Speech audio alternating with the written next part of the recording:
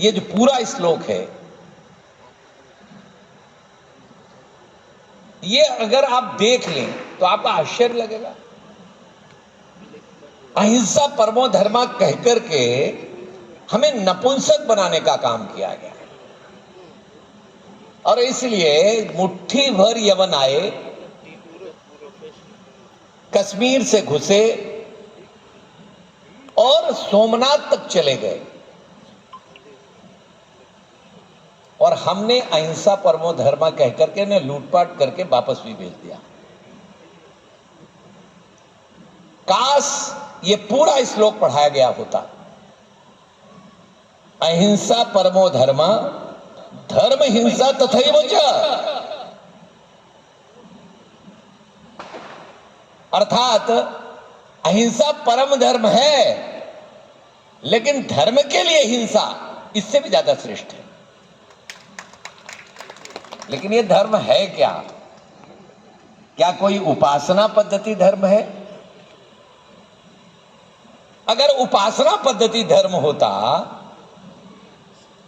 तो भारत में 33 कोटि देवी देवताओं, ऐसे ही एक शब्द चल पड़ा करोड़, बड़े बड़े विद्वान कहते थे करोड़। कोटि माने प्रकार है, शास्त्रों में स्पष्ट वर्णित है। 33 कोटि देवी देवताओं को मानने वाला भी हिंदू है और इनको ना मानने वाला भी हिंदू है। अर्थात आस्तिक भी हिंदू है, नास्तिक भी हिंदू है। कहां है उपासना पद्धति? किस उपासना पद्धति का आग्रह सनातन में है? कोई मुझे बता दे। उपासना पद्धति का कोई भी आग्रह ये धर्म नहीं करता। हमारे जो सनातन धर्म की परिभाषा है, मैं अभी पूर्वोत्तर भारत के दौरे पर था, दक्षिण भारत के दौरे पर था, विश्वविद्यालयों में कार्यक्रम हुए, तो वहां बहुत सारे व्याख्याता और विद्वान लोग थे और शोध छात्र थे बहुत सारे।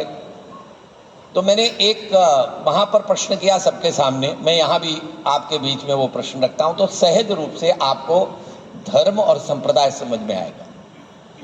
मैंने वहां लोगों से पूछा यहाँ मुस्लिम कितने हैं?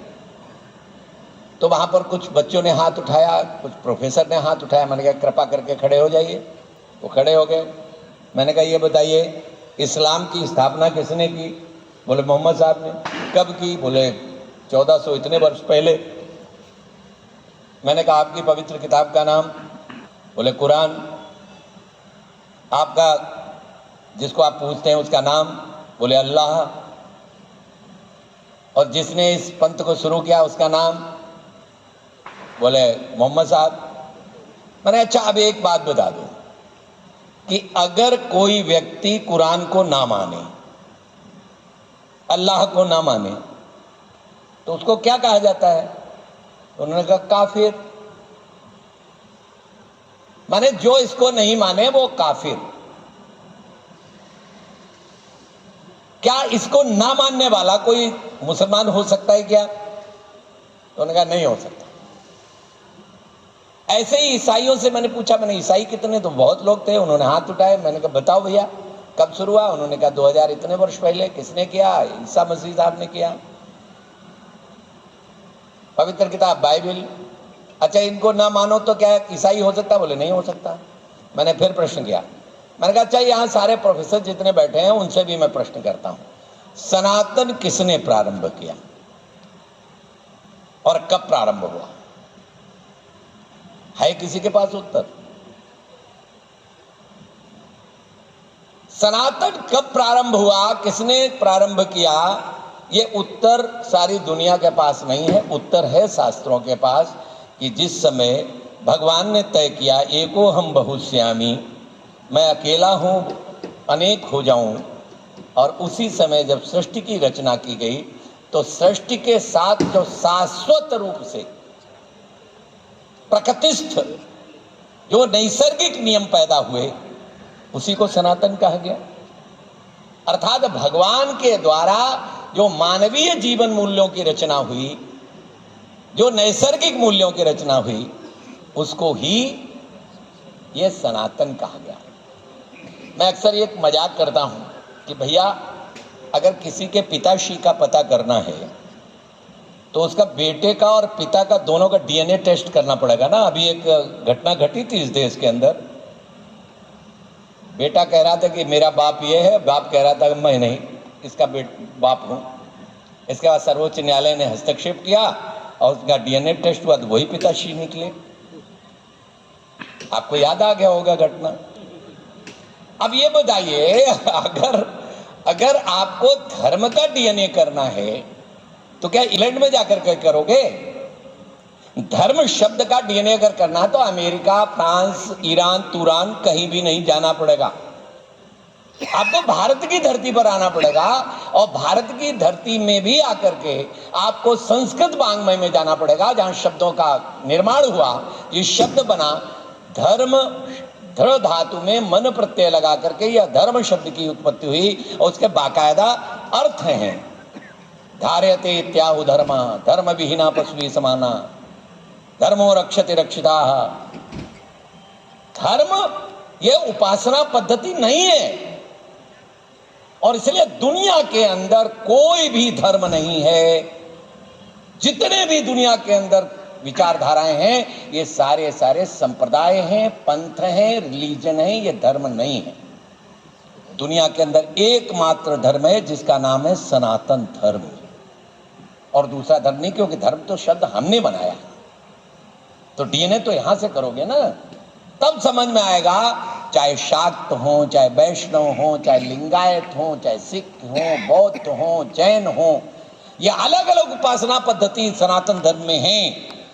उपासना का देखिए, एक व्यक्ति धार्मिक है तो वो आध्यात्मिक होगा ही, लेकिन आध्यात्मिक कोई व्यक्ति है तो जरूरी नहीं कि वो धार्मिक हो। और इसका उदाहरण रावण है, इससे बड़ा और कोई नहीं हो सकता। रावण अगर धार्मिक होता तो प्रतिभा समूर्ति उसको जलाते नहीं।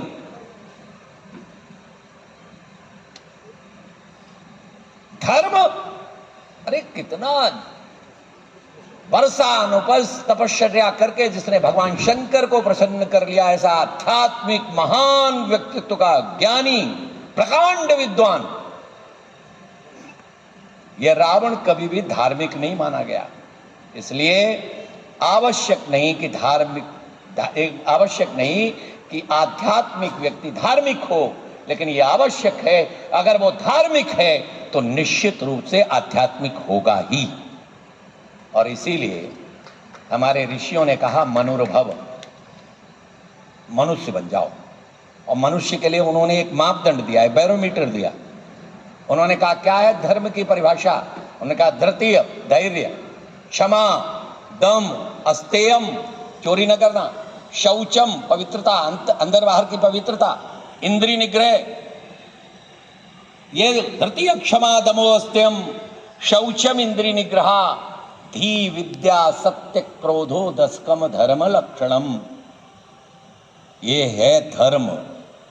मानवीय जीवन मूल्यों से युक्त अगर कोई व्यक्ति है वो पूजा करता है या नहीं करता, इससे कोई अंतर नहीं पड़ता, किंतु इसके अंदर संवेदनाएं होंगी, उसके अंदर धैर्य होगा, क्षमा का भाव होगा, वो चोरी नहीं करेगा। अर्थात जो श्रेष्ठ मानवीय जीवन मूल्य हैं उससे युक्त होकर के जो व्यक्ति चलेगा तब उसके दिमाग में उतरेगा वसुधैव कुटुंबकम,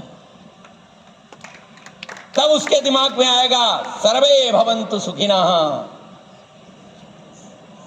सर्वे सन्तु निरामया, तब उसके दिमाग में आएगा सिया राम मैं सब जग जानी, तब उसके दिमाग में आएगा ईसा मास्यमिदं सर्वम यद किंचित जगत्याम जगत, ईश्वर अंश जीव अविनाशी चेतन अमल सहज सुखराशि, तब उसके दिमाग में आएगा।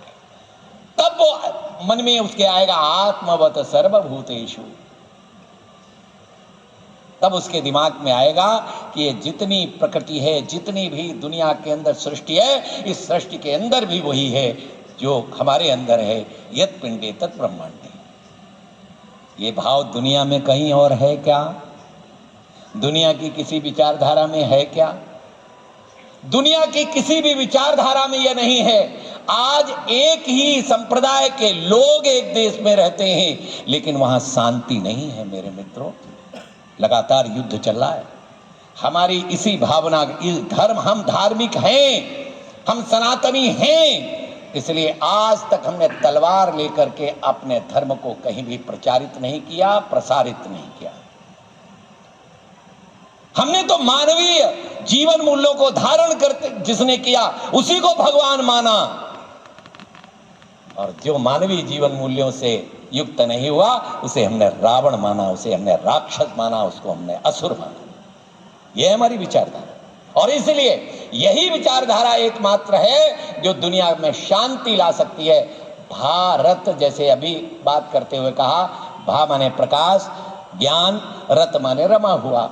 जो जब से जन्म हुआ है सृष्टि का, तब से जो ज्ञान की खोज में निरंतर रमा हुआ है, वही भारत है। हम उसकी संतान हैं। इसीलिए दुनिया के लोग जब कबीलों में रहते थे तो हम वेदों की रचना कर रहे थे। इसीलिए दुनिया के लोग आज भी हमारे शास्त्रों पर अध्ययन करके क्या शोध कर रहे हैं। दुनिया के लोग ये मानते हैं कि सबसे श्रेष्ठ अगर चिंतन कहीं का है तो वो भारतवर्ष का है मेरे मित्रों। इसीलिए विश्व शांति तभी संभव है जब आपकी सांस्कृतिक चेतना, आपकी धार्मिक चेतना दुनिया के अंदर जाएगी। हम कहते हैं कि अगर अल्लाह को मानो हमें कोई आपत्ति नहीं है। हम कहते हैं कि आप जो है वो नमाज रोज पढ़ो, 20 बार पढ़ो, हमको कोई आपत्ति नहीं है। जब हम 33 कोटि देवी देवताओं को मान सकते हैं तो 2 और भी हम जोड़ लेंगे, हमें कोई आपत्ति इसमें नहीं है। लेकिन दुर्भाग्य यह है कि हमको अहिंसा परमो धर्मा पढ़ा दिया गया, उसके आगे का पाठ नहीं पढ़ाया गया। इसीलिए मैं कहता हूं अतिशय उदारता के कारण अपना इतिहास कलंकित है। अभी डॉक्टर करुणा शंकर जी ने कहा कि हम कहां से कहां पहुंच गए, कितने ताकतवर हैं, ये उन्होंने बताया, ये अच्छी बात है। दिनकर ने भी कहा था, क्षमा शोभती उस भुजंग को जिसके पास गरल है। अगर आपके दांत नहीं है, विष नहीं है, तो आपको हमने क्षमा कर दिया, क्या मतलब हुआ इसका?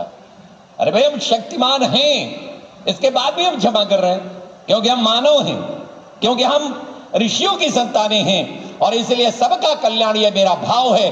तभी हम कह पाए थे वसुधैव कुटुंबकम। हमने विश्व को व्यापार नहीं माना, विश्व को हमने व्यापार नहीं माना, विश्व को हमने परिवार माना। यह है भारत का भाव। और इसलिए दुनिया को यह बताना पड़ेगा कि उपासना पद्धति आप जो मानना हो वो मानो, लेकिन भारत के इस ज्ञान परंपरा को मान लो, इस चिंतन को मान लो कि भगवान चाहे जितने मानो, मानो या ना मानो, ये तुम्हारा विषय है, ये वैयक्तिक विषय है, ये सार्वजनिक विषय नहीं। सार्वजनिक विषय तो ये है तुम मनुष्य बन जाओ, मनोर्भव। इसलिए हिंदी साहित्य भारती ने एक नारा दिया, मानव बन जाए जग सारा, यह पावन संकल्प हमारा। सारी दुनिया को भारतीय संस्कृति के आधार पर यह मानव बनाने की प्रक्रिया, लेकिन इसके लिए हमें ताकतवर होना पड़ेगा, इसके लिए हमें सक्रिय होना पड़ेगा। इतिहास गवाह है कि जब अच्छाई सक्रिय और सजग नहीं रहती तो बुराई का राज्य होता है। इसलिए अच्छाई को उठाने आया हूं, उठो जागो, और लक्ष्य प्राप्ति तक नहीं रुकना है।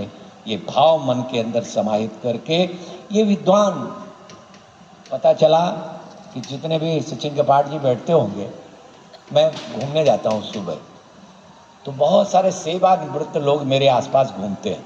मैं उनको सुनता रहता हूँ, आपस में उनकी चर्चा रहती है। वो चर्चा करते हैं कि ग्रेच्युटी कितनी बढ़ गई, फंड की क्या स्थिति है, पेंशन में क्या इजाफा हो रहा है, डीए कब बढ़ रहा है। जितने नौकरी करने वाले हैं वो यही तो गिनते रहते हैं दिन भर। अरे भाई, इतनी बड़ी ताकत है आप, अगर एक बार आप सब हुंकार ले